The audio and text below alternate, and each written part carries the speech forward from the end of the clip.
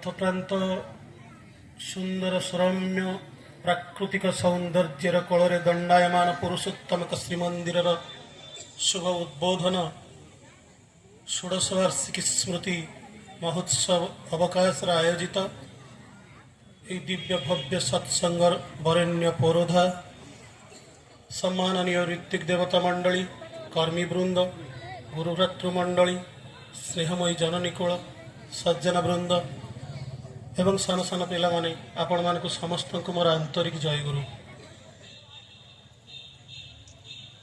ବାସ୍ତବିକ ମୁଁ ନିଜେ ହିଁ ତନ୍ମୟ ହୋଇଯାଇଛି,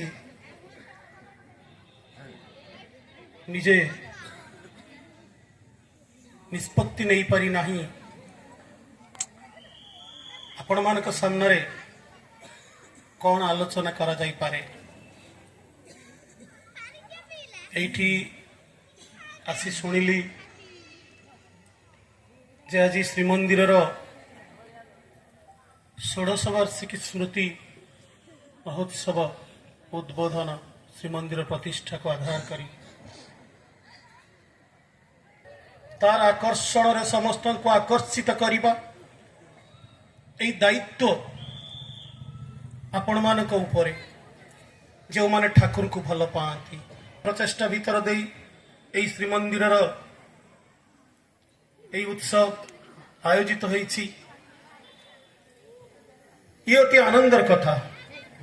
ମୁଁ ବି ଶ୍ରୀ ଶ୍ରୀ ଠାକୁରଙ୍କ ଶ୍ରୀପାଦ ପଙ୍କଜରେ ପ୍ରାର୍ଥନା କରୁଛି, ଯେଉଁମାନଙ୍କର ମିଳିତ ଉଦ୍ୟମରେ ଏହି ଉତ୍ସବ ଆଜି ସାଫଲ୍ୟମଣ୍ଡିତ ହେବାକୁ ଯାଉଛି, ସେମାନେ ସମସ୍ତେ ଶ୍ରୀ ଶ୍ରୀ ଠାକୁରଙ୍କର ମନଲାଖି ମଣିଷରେ ପରିଣତ ହୁଅନ୍ତୁ। ଭାଇମାନେ ଯାହା ସବୁ ଆଲୋଚନା କରିବାର କିଛି ପ୍ରয়োଜନ ଅଛି, ଏକଥା ମୁଁ ଆଦୌ ଭାବୁନି।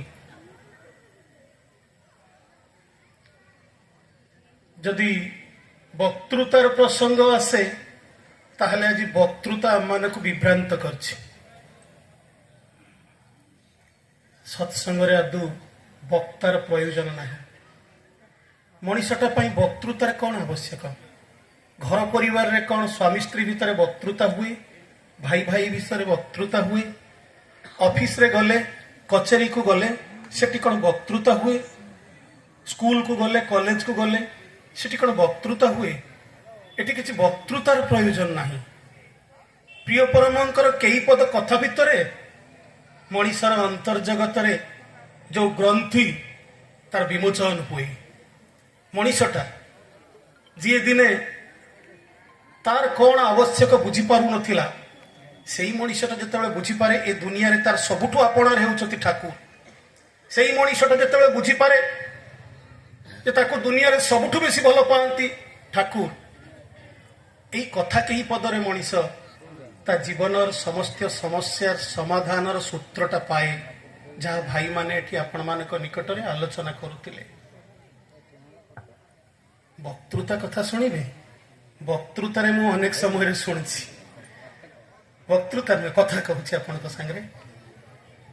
ବକ୍ତୃତାରେ ଶୁଣିଛି, ବଡ଼ ବଡ଼ ବକ୍ତୃତା ଦେଉଥିବା ପ୍ରବଚକ ମାନେ ଅନେକ ସମୟରେ କହନ୍ତି।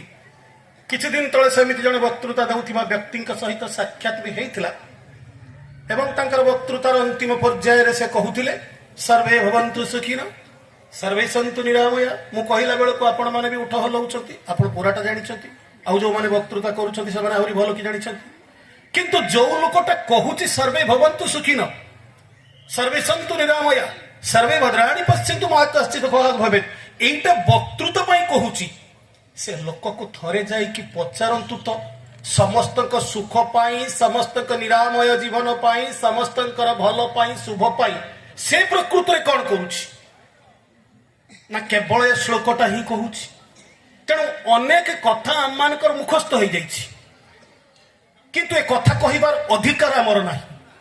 ଯଦି ମୋ ପଡ଼ୋଶୀ ଘରେ ଲୋକଟି ସମସ୍ୟା ଜର୍ଜରିତ, ଯଦି ମୋରି ଭାଇଟା ମୋଠୁ ପୃଥକ ହେଇଯାଇଛି ଆଉ ତା ସାଥିରେ ମୋର ସମ୍ପର୍କ ନାହିଁ, ତା ପିଲାଟା ଖାଇବାକୁ ପାଉନାହିଁ, ମୁଁ ଚିନ୍ତିତ ନୁହେଁ। ଯଦି ମୁଁ ବାଡ଼ ଘୁଞ୍ଚେଇଥିଲା ବୋଲି ସେଦିନ ପଡ଼ୋଶୀ ସହିତ ଝଗଡ଼ା କରିଥିଲି, ଆଉ ଆଜି ତା ଘରେ ଯେତେବେଳେ ବିପଦ ପଡି ଯାଇଛି ମୁଁ ସେତେବେଳେ ସେ କଡକୁ ପଛ କରିକି ଛିଡା ହଉଛି, ସେତେବେଳେ ମୁଁ କହିବି ସର୍ବେ ଭବନ୍ତୁ ସୁଖୀନ। ଏ ଅଧିକାର କିଏ ଦେଲା? এই অনধিকার চর্চা ହିଁ ସମସ୍ୟା ସୃଷ୍ଟି କରୁଛି ବହୁତ ବେଶୀ। ଅଣଗୁରିଆ ମାନେ ଯେତେବେଳେ ଗୁରୁ ବାକ୍ୟ ପ୍ରଦାନ କରୁଛନ୍ତି, ପ୍ରବଚନ ନାଁରେ ଯେତେବେଳେ ନିଜେ ବଞ୍ଚିତ ଅନ୍ୟମାନଙ୍କୁ ବଞ୍ଚିତ କରାଯାଉଛି, ସେତିକି ବେଳେ ହିଁ ସମସ୍ୟା ସୃଷ୍ଟି ହେଇଛି। ବିଶେଷତଃ ଏ ଆଧ୍ୟାତ୍ମିକ ଜଗତରେ ମଣିଷ ଆଜି ଏଇଥିପାଇଁ ଭ୍ରମିତ ଯେ ସେ ପ୍ରବଚନ ଶୁଣୁଛି କିନ୍ତୁ ପ୍ରକୃତ ଆଚରଣ ସେ ଦେଖିପାରୁନାହିଁ। ଆଉ সবার পূরণ করেন যিনি তারি মুখে বিধির বাণী। সমস্ত সবু কথা কহিবার যোগ্যতা সমস্তଙ୍କ পাখরে নাই। যে সমস্তଙ୍କୁ পূরণ করନ୍ତି, যে সর্বোত্তম পরিপূরণকারী, যে আপুরয়মাণ বৈশিষ্ট্য পাଳି, যে পুরুষোত্তম, সে ହିଁ বিধির বাণী উচ্চারণ କରିପାରିବେ, তদ্ব্যতীত ଆଉ କେହି ନୁହଁ। ମୁଁ ତ ଅନ୍ୟର ତଣ୍ଟି କାଟି, ଅନ୍ୟକୁ ବିପନ୍ନ କରି, ଅନ୍ୟର କ୍ଷତି କରି ମୋର ସ୍ୱାର୍ଥ, ମୋର ସଂକୀର୍ଣ୍ଣତାକୁ ପରିପୁଷ୍ଟ କରି ଚାଲିଛି। ମୋର ପୁଣି ଏ ଅଧିକାର କୋଉଠୁ ଆସିଲା?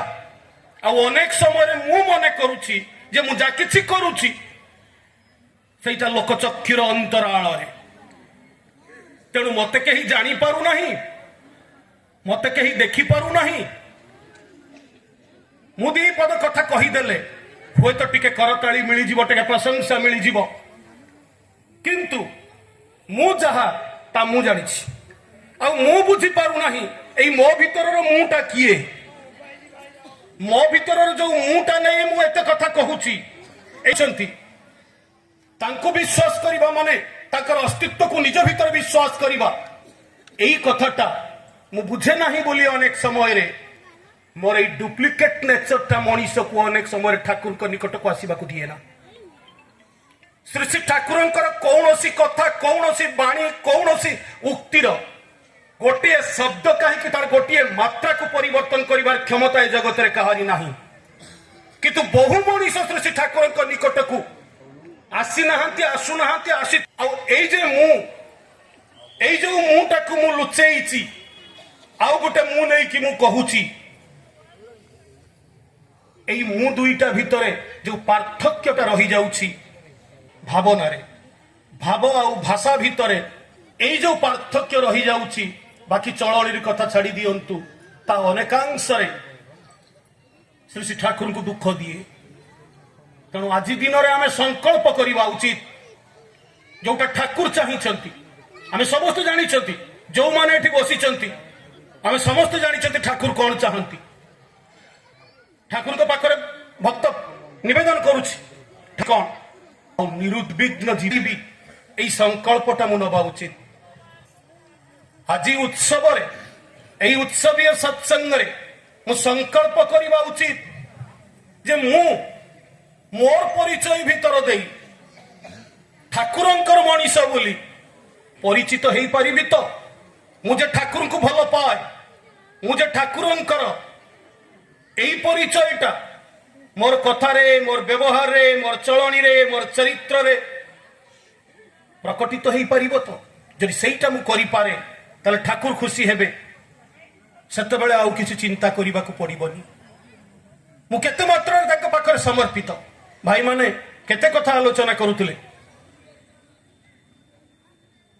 ଯେତେବେଳେ ଶ୍ରୀ ଶ୍ରୀ ଦାଦା, ପରମ ପୂଜ୍ୟ ଶ୍ରୀ ଶ୍ରୀ ଦାଦା ସେଦିନ ଯେତେବେଳେ ପାଞ୍ଜାଟି ଦେଲେ, ସେ ପାଞ୍ଜାକୁ ଆଣି ମୁଁ ଭାବିଲି ଏ ପାଞ୍ଜାରେ ଅଛି କଣ?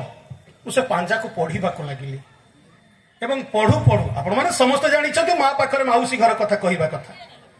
ତାଡନ ପୀଡନ ଭତ୍ସନାତେ ଇଷ୍ଟ ନେଶା ନା ଭାଙ୍ଗେ, ଏଇ ଯୋଉ କଥାଟା ତା ଦେହରେ ଥିଲା, ତାଡନ ପୀଡନ ଭତ୍ସନାତେ ଇଷ୍ଟ ନେଶା ନା ଭାଙ୍ଗେ, କୁତ୍ସିତେରି କୁଟିଲ ଚଲରେ ସତ୍ୟଟା ଯେନ ନା ରାଙ୍ଗେ। ଜଣେ କର୍ମୀ ସେଇ ପାଞ୍ଜାକୁ ଗ୍ରହଣ କଲା ବେଳେ এই দায়িত্বটা সে নেইছি, এই কথাটা সে বুঝিবা উচিত। তাড়ন পীড়ন ভৎসনা আসিলে বি ইষ্ট নিশাটা মোর পত্র দেলানি, সভা কলা, মতে ডাকিলানি, নিষ্পত্তি নেই গলা, যাহা পারিলা তা করি পকাইলা। এই সমস্ত কহি যেতেবেলে মু নিজকু নিজকু নিবৃত্ত ଆବୃତ କରି ରଖେ ଏଥିରେ ଠାକୁର ଖୁସି ହେବେ ତ? ଏଥିରେ ଠାକୁର ଖୁସି ହେବେ ତ? ଆଉ ମୁଁ ଏଇ ଆଚରଣ ଭିତର ଦେଇ ମୁଁ ଯୋଉ ପରିବାର ସଂସାର ଘର ଭବିଷ୍ୟତ ତିଆରି କରିବା ପାଇଁ ଅନେକ ସ୍ୱପ୍ନ ଦେଖୁଛି ସେମାନେ ତିଆରି ହେବେ ତ? ଆଜି ଦୁଃଖର କଥା ହେଉଛି ଏଇଠି, ଦୁର୍ଭାଗ୍ୟର କଥା ହେଉଛି ଏଇଠି, ମୁଁ ଯାହାର ମଙ୍ଗଳ ପାଇଁ ସବୁ କରୁଛି ବୋଲି କହୁଛି, ମୋର କରିବାଟା କିନ୍ତୁ ତାର ମଙ୍ଗଳ ନୁହେଁ, ଅମଙ୍ଗଳର କାରଣ ହଉଛି। ମୁଁ ଯୋଉ ପିଲାପିଲିଙ୍କୁ ମଣିଷ କରିବି, ମୁଁ ଯୋଉ ଭବିଷ୍ୟତ ପିଢିକୁ ମଣିଷ କରିବି, ମୁଁ ଯୋଉମାନଙ୍କୁ ଚାହୁଁଛି ଯେ ଏମାନେ ଭଲ ମଣିଷରେ ପରିଣତ ହୁଅନ୍ତୁ, ସେଇମାନଙ୍କୁ ଭଲ ରାସ୍ତାରେ ପରିଚାଳିତ କରିବାକୁ ହେଲେ ଆଗ ମୁଁ କେମିତି ହେଇ ଉଠିବା ଉଚିତ ଏଇ କଥାଟା ମୁଁ ମନେ ରଖିପାରୁନାହିଁ। ମୁଁ ମୋ ବାପାଙ୍କ ଶ୍ରାଦ୍ଧ କହୁ ବହୁ ମଣିଷ ଆସିବେ, ଆଉ ବହୁ ମଣିଷ ଆସି ସେଦିନ ଯେତେବେଳେ କେକ୍ କଟା ହବ, ସେଦିନ ଯେତେବେଳେ ବେଲୁନ ଫାଟି କେମିକାଲ ପଡିବ ଆଉ ମହମବତୀକୁ ସବୁ ଲିଭେଇ ଦେଇକି ଆଲୋକ ପରିବର୍ତ୍ତେ ଅନ୍ଧକାରକୁ ଆହ୍ୱାନ କରାଯିବ, ତାପରେ ହ୍ୟାପି ବାର୍ଥଡେ ଟୁ ୟୁ ହେଇକି କିଛି ଉପହାର ମିଳିଯିବ, ମୁଁ ଏଥିରେ ଅଭ୍ୟସ୍ତ। ମୁଁ କଣ ଶିଖେଇଲି ପିଲାଟାକୁ? ମୁଁ ପିଲାଟାକୁ କଣ ଶିଖେଇଲି ତା ଜନ୍ମଦିନରେ? ମୁଁ ପିଲାଟାକୁ ତା ଜନ୍ମଦିନରେ ଶିଖେଇଲି ସମସ୍ତେ ଆସିକି ତାକୁ କିଛି ଦେବେ, ଆଉ ସେ ନବାର ସ୍ୱାର୍ଥ ତା ପାଖରେ ବଢିଲା। ତେଣୁ ଜନ୍ମଦିନ ପରେ ପର ଜନ୍ମଦିନ, ତାପର ଜନ୍ମଦିନ କେବେ ପଡିବ ସେ ଅପେକ୍ଷା କରିଛି। କାହିଁକି ନା କିଛି ନବ, ତାକୁ କିଛି ମିଳିବ। ମୁଁ ତ ତାକୁ ଦବାର ଅଭ୍ୟାସ ଶିଖେଇଲିନି, ମୁଁ ତାକୁ ଦବା କଥା ଶିଖେଇଲିନି, ମୁଁ ନିଜେ ବି ଦେଲିନି। ଯେତେବେଳେ ଉତ୍ସବ ଅନୁଷ୍ଠାନ ହେଇକି ଅର୍ଘ୍ୟ ପାଇଁ କେହି ଆସିଲେ ସେତେବେଳେ କହିଲେ ଆଜ୍ଞା କଣ କରିବି, ଆଉ ଗୁଣ୍ଡୁଚି ମୂଷା ଭଳିଆ ଯାହା ପାରୁଛି କରୁଛି କହିକି ମୋର ସବୁ କିଛିକୁ ଲୁଚେଇକି ଯେତିକି ପାରିଲି ବଢେଇ ଦେଇ କହିଲି ଚଳେଇ ଦେବେ ଏଥିରେ। କିନ୍ତୁ ଯେତେବେଳେ ଛୁଆଟାର ଜନ୍ମଦିନ ବହୁ ଲୋକକୁ ଅତିଥି ଅଭ୍ୟାଗତକୁ ଡାକି ମୁଁ ଛୁଆଟାକୁ ଅଭ୍ୟସ୍ତ କରେଇଲି, ସେ ନବ, ମହମବତୀକୁ ଲିଭେଇ ଦେଇକି ନବ, ଅନ୍ଧାର କରି ଦେଇକି ନବ। ଆସି କାଲି ବିଡିଓ ହବ, କଲେକ୍ଟର ହବ, ତହସିଲଦାର ହବ, ଅଫିସର ହବ, କଣ ଗୋଟେ ହବ, ହେଇକି ଅନ୍ଧାର ହେଇଗଲା ମାତ୍ରକେ ସେ ନବାରେ ଅଭ୍ୟସ୍ତ ହେଇଯାଇଛି। ତାକୁ ନବା ଅଭ୍ୟସ୍ତ କିଏ କରିଛି? ଠାକୁର ତ ଦବା କଥା ଶିଖେଇଥିଲେ। ରାତି ପାଇଲେ ଆଗ ତାଙ୍କ ପାଖରେ ମଣିଷଟା ଇଷ୍ଟ ଭରଣ, ପିତୃ ପୋଷଣ, ପରିସ୍ଥିତିର ଉନ୍ନୟନ, ତାହା ଛଡା ତୁଇ ଯାହା କରନା ଅଧପତନରେ ତୋର ଚଳନ। ରାତି ପାଇଲେ ମୁଁ ଦବା କଥା, ଆଗ ଇଷ୍ଟ ଭରଣ କରିବି, ପିଲାଟାକୁ ଶିଖେଇବି, ତୁ ଦବାକୁ ଚେଷ୍ଟା କର। ଆଉ ମୁଁ କଣ କଲି, ତାକୁ କଣ ଶିଖେଇଲି? ମୁଁ ଶିଖେଇଲି କେମିତି ସେ ନବ। ଠାକୁର ବାଣୀ ଦେଲେ, ଇଷ୍ଟଙ୍କ ଠାରୁ ଗୁରୁଙ୍କ ଠାରୁ ନିଅ ନା କିଛି, ଦିଅ ତାଙ୍କୁ ଯେତେ ପାର, ନେବାରେ ବଢେ ସ୍ୱାର୍ଥ ବୁଦ୍ଧି, ଦେବାରେ ପ୍ରୀତି ହୁଏ ଗାଢ। ମୁଁ ଦେଲି କି ମନ୍ଦିରର ଭୋଗ ଲାଗିବ, ମନ୍ଦିରର ସେବା ହବ, ମନ୍ଦିରରେ ଠାକୁରଙ୍କର ପ୍ରାର୍ଥନା ହବ, ସେଥିପାଇଁ ମୁଁ କେତେ କରିପାରୁଛି। ଆଉ ସବୁବେଳେ ମୁଁ କହୁଛି ଯେ ମୁଁ ଗୋଟେ ଗୁଣ୍ଡୁଚି ମୂଷା। ଯଦି ସମସ୍ତେ ଗୁଣ୍ଡୁଚି ମୂଷା ହେଇଯାଆନ୍ତି, ରାମଚନ୍ଦ୍ରଙ୍କର ସେତୁ ନିର୍ମାଣର ସମସ୍ତେ ଗୁଣ୍ଡୁଚି, ସେତୁ ନିର୍ମାଣ ହୁଅନ୍ତା କାହିଁ? ହନୁମାନ ବୋଲି ତ